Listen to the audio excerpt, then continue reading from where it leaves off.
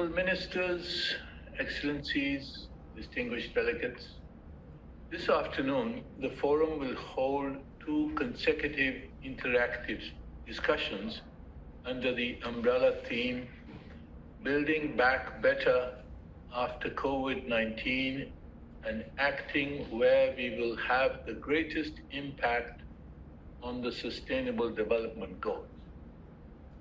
I first invite the Forum to hold its discussions on the topic of protecting the planet and building resilience. I'm pleased to welcome the distinguished resource persons, lead discussants, ministerial respondents participating from around the world to speak on this topic.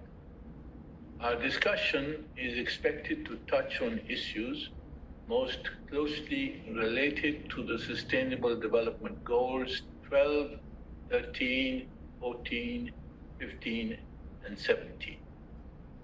As we all know, the Secretary General has listed climate change as one of the four horsemen of the apocalypse.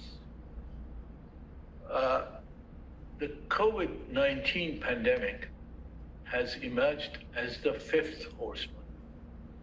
It has exacerbated the systemic risks and fragilities in our economic and financial systems and development models. It has also highlighted the cascading impact of disasters crossing economic, social, and environmental dimensions of sustainable development and affecting all countries, especially developing countries.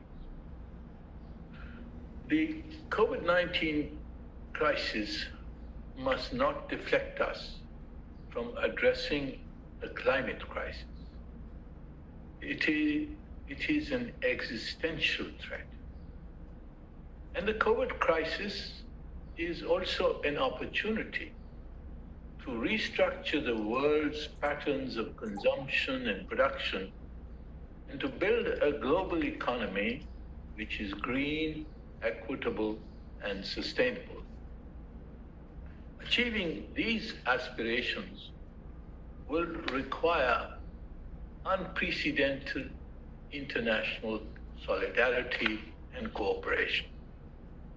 First, we need to mobilize the financing and the mechanisms to respond to the COVID health and economic challenge.